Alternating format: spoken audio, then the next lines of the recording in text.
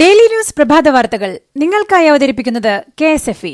ചേച്ചി നമ്മളെ ചാനൽ ഇതുവരെ ജോയിൻ ചെയ്തിട്ടില്ല കേട്ടോ. ഞാൻ പറഞ്ഞതിൽ നീ ജോയിൻ ചെയ്തോ? ചിട്ടിയല്ലേ, സമയാവട്ടെ. ഇത് തന്നെ സമയം.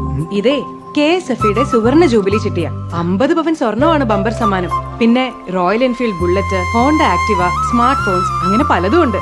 KSFE സുവർണ ജൂബിലി ചിട്ടികൾ ഈ സമയമൊക്കെ അങ്ങ് മാറും. പിന്നെ കാര്യങ്ങളുള്ളതാണേ. നമസ്കാരം, ഞാൻ പ്രവീജ വിനീത്. ഡെയിലി ന്യൂസിന്റെ പ്രഭാത വാർത്തകളിലേക്ക് സ്വാഗതം. ഇന്ന് ജനുവരി 8 വെള്ളിയാഴ്ച. അമേരിക്കയുടെ ജനാധിപത്യ ചരിത്രത്തിൽ കറുത്ത ഏടായി രേഖപ്പെടുത്താവുന്ന ഒരു പകൽ നീണ്ട സംഘർഷത്തിനും കലാപത്തിനുമൊടുവിൽ ജോ ബൈഡന്റെ വിജയം അംഗീകരിച്ച് അമേരിക്കൻ കോൺഗ്രസ്. ജനുവരി 20 സമാധാനപരമായി അധികാരം കൈമാറുമെന്ന് നിലവിലെ പ്രസിഡന്റ് ഡൊണാൾഡ് ട്രംപ് ഒടുവിൽ സമ്മതിച്ചു. ഇതാദ്യമായാണ് പരാജയം ഭാഗികമായെങ്കിലും അംഗീകരിച്ച് ട്രംപ് ഒരു പ്രസ്താവന പുറപ്പെടുവിക്കുന്നത്. അമേരിക്കൻ പാർലമെന്റ് മന്ദിരമായ ക്യാപിറ്റോൾ ഹിൽസിലെ ഏറ്റുമുട്ടലിൽ മരിച്ചവരുടെ എണ്ണം 4. ഒരു സ്ത്രീ അടക്കമുള്ളവരാണ് കലാപത്തിൽ കൊല്ലപ്പെട്ടത്. US പാർലമെന്റ് മന്ദിരമായ ക്യാപിറ്റോളിൽ ട്രംപ് അനുകൂലികൾ അഴിച്ചുവിട്ട കലാപത്തിൽ ട്രംപിനെയും റിപ്പബ്ലിക്കൻ പാർട്ടിയെയും കടുത്ത ഭാഷയിൽ വിമർശിച്ച് ബറാക് ഒബാമ. ആക്രമണം രാജ്യത്തിന് വലിയ അപമാനവും നാണക്കേടുമാണെന്ന് ഒബാമ പറഞ്ഞു. നിയമപരമായ പ്രസിഡന്റ് തെരഞ്ഞെടുപ്പിന്റെ ഫലത്തെക്കുറിച്ച് നിരന്തരം അടിസ്ഥാനരഹിതമായ നുണകൾ പറഞ്ഞ ട്രംപാണ് അക്രമത്തിന് പ്രേരിപ്പിച്ചതെന്നും ഒബാമ ആരോപിച്ചു. US ക്യാപിറ്റോളിലേക്ക് ട്രംപ് അനുകൂലികൾ അതിക്രമിച്ച് കയറിയതിനെ തുടർന്ന് വെടിയേറ്റ വനിതയെ തിരിച്ചറിഞ്ഞു. US വ്യോമസേനയിൽ നിന്ന് വിരമിച്ച കടുത്ത ട്രംപ് അനുകൂലിയായ ആഷ്ലി ബാബിറ്റ് എന്ന സ്ത്രീയാണ് വെടിയേറ്റ് മരിച്ചതെന്ന് അമേരിക്കൻ മാധ്യമങ്ങൾ റിപ്പോർട്ട് ചെയ്തു.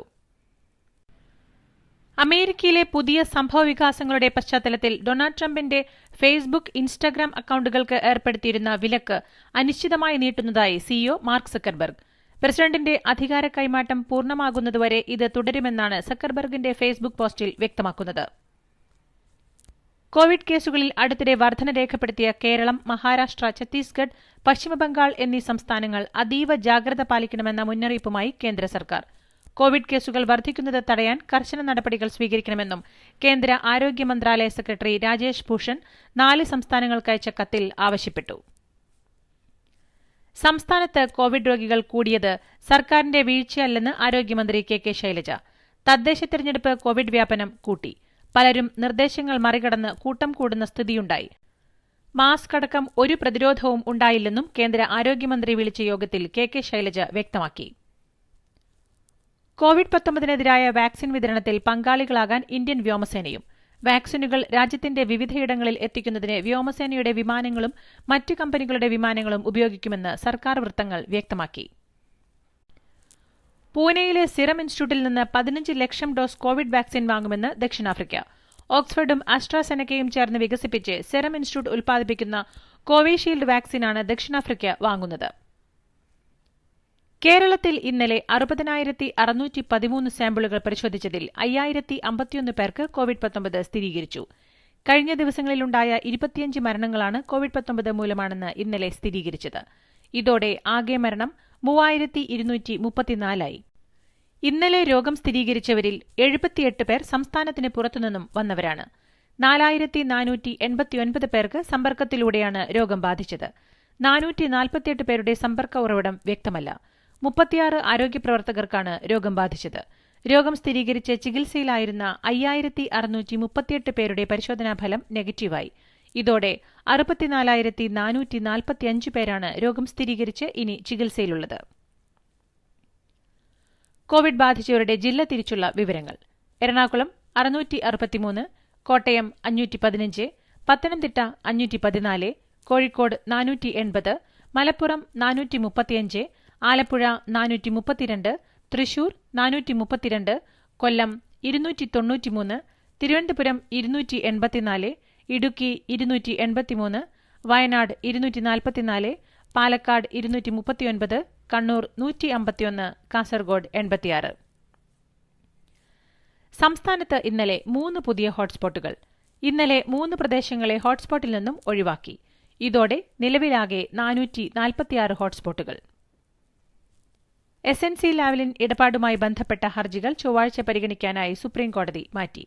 സോളിസിറ്റർ ജനറൽ തുഷാർ മേത്ത ആവശ്യപ്പെട്ടതിനെ തുടർന്നാണ് ഹർജികൾ ചൊവ്വാഴ്ച പരിഗണിക്കാനായി മാറ്റിയത്. CBI അന്വേഷണം ആവശ്യപ്പെട്ട് വാളയാർ പെൺകുട്ടികളുടെ മാതാപിതാക്കൾ മുഖ്യമന്ത്രിയുടെ ഓഫീസിലെത്തി നിവേദനം നൽകി. സമരസമിതി നേതാക്കൾക്കൊപ്പമെത്തിയാണ് മാതാപിതാക്കൾ നിവേദനം നൽകിയത്. സർക്കാർ കുടുംബത്തോടൊപ്പമെന്ന് പറയുമ്പോഴും പ്രവൃത്തിയിൽ അതില്ലെന്ന് കുട്ടികളുടെ അമ്മ പറഞ്ഞു. ഈ രാക്ഷസ കൊതുകുകൾ ഇതെപ്പോൾ എത്ര വരുമെന്ന് ആർക്കറിയാം. അതിനാൽ അവതരിപ്പിക്കുന്നു മാക്സോജീനിയസ് ഓട്ടോമാറ്റിക് മെഷീൻ. ഇത് കൊതുകുകൾ സാധാരണ വരാറുള്ള സമയമനുസരിച്ച് അറ്റാക്ക് അല്ലെങ്കിൽ പ്രൊട്ടക്ട് മോഡിൽ ഓട്ടോമാറ്റിക്കലി ഷിഫ്റ്റ് ആയിക്കൊണ്ടിരിക്കുന്നു. അതായത് ലിക്വിഡ് വേസ്റ്റ് ആകുന്നില്ല. ഇനി ഇടയ്ക്കിടയ്ക്ക് എഴുന്നേറ്റ് നോ മോഡ് ചേഞ്ച്. ഇന്ത്യ വിശ്രമിച്ചോളൂ. Maxo genius automatic intelligent protection. 25 lakh രൂപ കോഴ വാങ്ങിയെന്ന കേസിൽ KM ഷാജി MLAയെ വിജിലൻസ് ഇന്നലെ 3 മണിക്കൂർ ചോദ്യം ചെയ്തു. കേസ് രാഷ്ട്രീയ പ്രേരിതമാണെന്നും ഗൂഢാലോചനയ്ക്ക് പിന്നിൽ മുഖ്യമന്ത്രിയാണെന്നും ചോദ്യം ചെയ്യലിന് ശേഷം ഷാജി പ്രതികരിച്ചു. വിജിലൻസിന്റെ എല്ലാ ചോദ്യങ്ങൾക്കും മറുപടി നൽകിയിട്ടുണ്ടെന്നും കേസിൽ ഒരു തെളിവും ഇല്ലെന്ന ഉറച്ച ബോധ്യമുണ്ടെന്നും KM ഷാജി. അഴീക്കോട് സ്കൂളിനെ +2 അനുവദിച്ചതിന് 25 ലക്ഷം രൂപ കോഴ വാങ്ങിയെന്ന കേസിൽ KM ഷാജി MLAക്കെതിരെ നിർണായക രേഖകൾ ലഭിച്ചതായി വിജിലൻസ് അന്വേഷണ ഉദ്യോഗസ്ഥൻ DYSP ബാബു പെരിങ്ങത്ത്. കേസിൽ MLAയുടെ ചോദ്യം ചെയ്യൽ പൂർത്തിയാകാത്തതിനാൽ ഇനിയും വിളിപ്പിക്കേണ്ടിവരും. നിർണായക രേഖകൾ ലഭിച്ചിട്ടുണ്ട്. പൂർണ്ണ തെളിവുകൾ ലഭിച്ചാകും അറസ്റ്റ്. കേസുമായി ബന്ധപ്പെട്ട് ലീഗിന്റെ സംസ്ഥാന നേതാക്കളെ വിളിപ്പിക്കേണ്ടിവരുമെന്നും അദ്ദേഹം കൂട്ടിച്ചേർത്തു. ഖാദി ബോർഡ് സെക്രട്ടറി KA രതീഷിന്റെ ശമ്പളം ഇരട്ടിയാക്കാൻ ഇന്നലെ ചേർന്ന ബോർഡ് യോഗത്തിൽ മന്ത്രി EP ജയരാജൻ നിർദ്ദേശിച്ചതായി റിപ്പോർട്ട്. ശമ്പളം 1.72 ലക്ഷം രൂപയാക്കി വർദ്ധിപ്പിക്കാനാണ് മന്ത്രി നിർദ്ദേശം നൽകിയിരിക്കുന്നത്. CBI അന്വേഷിച്ച കാഷ്യൂ കോർപ്പറേഷൻ അഴിമതി കേസിലെ 1-ാം പ്രതിയാണ് KA രതീഷ്. 500 കോടി രൂപയുടെ അഴിമതി കേസാണിത്. സ്പീക്കറുടെ additional private secretary K. Ayyappan ഇന്ന് കസ്റ്റംസിന് മുന്നിൽ ഹാജരാകും. ഇന്ന് ഹാജരാക്കണമെന്നാവശ്യപ്പെട്ട് K. അയ്യപ്പന്റെ വീട്ടുവിലാസത്തിലേക്ക് കസ്റ്റംസ് നോട്ടീസ് അയച്ചിരുന്നു.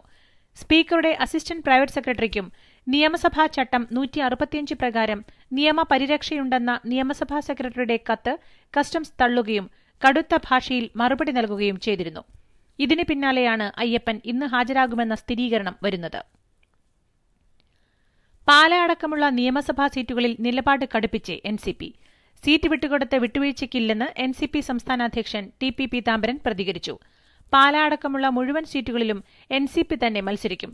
സീറ്റുകൾ വിട്ടുകൊടുക്കേണ്ടെന്ന് തന്നെയാണ് കേന്ദ്ര നേതൃത്വത്തിന്റെ നിലപാടെന്നും സീറ്റ് വിഷയത്തിൽ കേന്ദ്രത്തിന്റെ പിന്തുണയുണ്ടെന്നും അദ്ദേഹം കൂട്ടിച്ചേർത്തു. മുന്നണി മാറ്റത്തെ ചൊല്ലി മന്ത്രി AK ശശീന്ദ്രനും TP പീതാംബരനും രണ്ടു ചേരിയിലായതോടെ NCP ദേശീയ അധ്യക്ഷൻ ശരത് പവാർ കേരളത്തിലേക്ക്. NCPയിലെ സംഘടനാ പ്രശ്നങ്ങൾ ചർച്ച ചെയ്യാനാണ് പവാർ കേരളത്തിലെത്തുന്നത്. ഇരുവിഭാഗം നേതാക്കളുമായും പവാർ കൂടിക്കാഴ്ച നടത്തും. തർക്കം നിലനിൽക്കുന്ന കോതമംഗലം ചെറിയ പള്ളി കേന്ദ്രസേനയെ ഉപയോഗിച്ച് ഏറ്റെടുക്കണമെന്ന സിംഗിൾ ബെഞ്ച് ഉത്തരവ് നടപ്പാക്കുന്നത് നിർത്തിവെക്കാൻ ഡിവിഷൻ ബെഞ്ചിന്റെ നിർദ്ദേശം. സംസ്ഥാന സർക്കാർ സമർപ്പിച്ച അപ്പീലിലാണ് ഹൈക്കോടതിയുടെ ഇടക്കാല ഉത്തരവ്.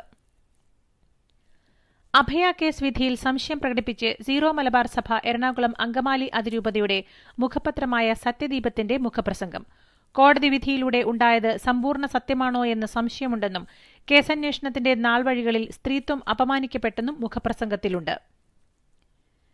വൈറ്റില മേൽപ്പാലം തുറന്ന് വാഹനങ്ങൾ കയറ്റിവിട്ടത് തങ്ങളല്ലെന്നും പോലീസ് വേട്ടയാടുകയാണെന്നും V4 കൊച്ചി 31-ന് പാലം തുറക്കണമെന്നാവശ്യപ്പെട്ട് പദയാത്ര നടത്തിയിരുന്നു. എന്നാൽ ബാരിക്കേഡുകൾ തകർത്ത് അകത്തു കടന്നെന്ന ആരോപണം തികച്ചും അടിസ്ഥാനരഹിതമാണെന്ന് V4 കൊച്ചി.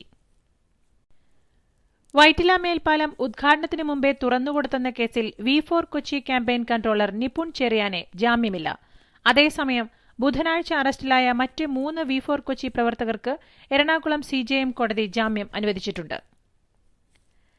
സംസ്ഥാനത്തെ അവിവാഹിതരായ അമ്മമാരുടെ ക്ഷേമത്തിനായി ആരംഭിച്ച സാമൂഹ്യ സുരക്ഷാ മിഷന്റെ സ്നേഹസ്പർശം പദ്ധതിക്ക് ധനകാര്യവകുപ്പ് 3,03,48,000 രൂപയുടെ അനുമതി നൽകിയതായി ആരോഗ്യ സാമൂഹ്യനീതി വകുപ്പ് മന്ത്രി KK ശൈലജ അറിയിച്ചു.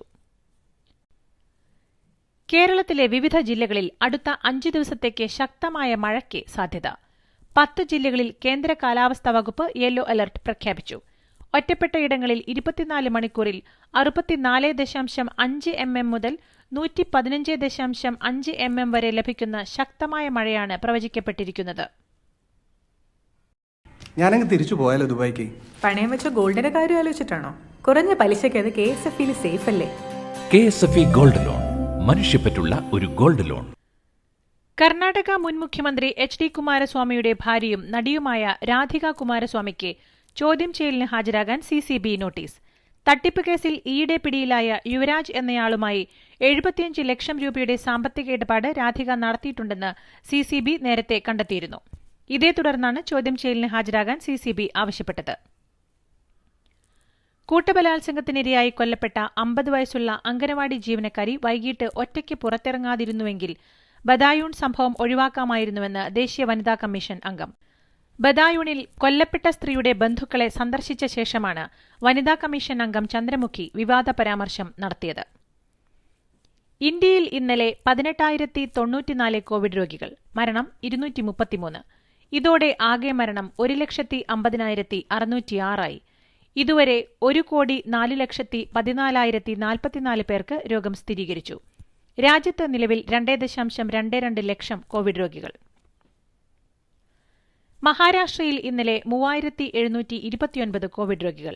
ഡൽഹിയിൽ 486 പേർക്കും പശ്ചിമബംഗാളിൽ 921 പേർക്കും കർണാടകയിൽ 761 പേർക്കും ആന്ധ്രയിൽ 295 പേർക്കും തമിഴ്നാട്ടിൽ 805 പേർക്കും രോഗം സ്ഥിരീകരിച്ചു. ആഗോളതലത്തിൽ കോവിഡ് രോഗവ്യാപനം കുതിച്ചുയരുന്നു. ഇന്നലെ മാത്രം 7,67,980 കോവിഡ് രോഗികൾ. അമേരിക്കയിൽ 2,29,271 പേർക്കും ബ്രസീലിൽ 87,134 പേർക്കും ഇംഗ്ലണ്ടിൽ 52,618 പേർക്കും റഷ്യയിൽ 23,541 പേർക്കും ഫ്രാൻസിൽ 21,703 പേർക്കും ജർമ്മനിയിൽ 27,989 പേർക്കും സൌത്ത് ആഫ്രിക്കയിൽ 20,999 പേർക്കും രോഗം ബാധിച്ചു. 13,911 മരണമാണ് ഇന്നലെ റിപ്പോർട്ട് ചെയ്തത്. അമേരിക്കയിൽ 3,475 പേരും ബ്രസീലിൽ 1,455 പേരും ഇംഗ്ലണ്ടിൽ 1,162 പേരും മെക്സിക്കോയിൽ 1,165 പേരും ജർമ്മനിയിൽ 1,059 പേരും റഷ്യയിൽ 506 പേരും ഇന്നലെ മരിച്ചു. ഇതോടെ ആകെ 8.84 കോടി കോവിഡ് രോഗികളും 19.04 ലക്ഷം മരണവും സ്ഥിരീകരിച്ചു. സ്ഥാനമൊഴിയാൻ പോകുന്ന അമേരിക്കൻ പ്രസിഡന്റ് ഡൊണാൾഡ് ട്രംപിനെ അറസ്റ്റ് വാറന്റ് പുറപ്പെടുവിച്ച് ഇറാഖ് കോടതി. ഇറാനിലെ റവല്യൂഷണറി ഗാർഡ് തലവൻ ജനറൽ ഖാസിം സുലൈമാനിയുടെ കൊലപാതകവുമായി ബന്ധപ്പെട്ടാണ് ട്രംപിനെ കോടതി അറസ്റ്റ് വാറന്റ് പുറപ്പെടുവിച്ചിരിക്കുന്നത്. ലോക കോടീശ്വര പട്ടികയിൽ ഒന്നാമതെത്താൻ സ്പേസ് എക്സിന്റെയും ടെസ്ലയുടെയും സ്ഥാപകനായ ഇലോൺ മസ്കിന് $3 ബില്യൺ കുറവ് മാത്രം. നിലവിൽ ഒന്നാം സ്ഥാനത്തുള്ള ആമസോണിന്റെ സ്ഥാപകനായ ജെഫ് ബെസോസിന് $187 ബില്യൺ കഴിഞ്ഞ 12 മാസത്തിനിടെ ഇലോൺ മസ്കിന്റെ ആസ്തിയിലുണ്ടായ വർധന $150 ബില്യൺ ബ്ലൂബെർഗിന്റെ 500 പേരടങ്ങിയ ലോക കോടീശ്വര പട്ടികയിൽ ഇലോൺ മസ്കിന്റെ ആസ്തി $184.5 ബില്യൺ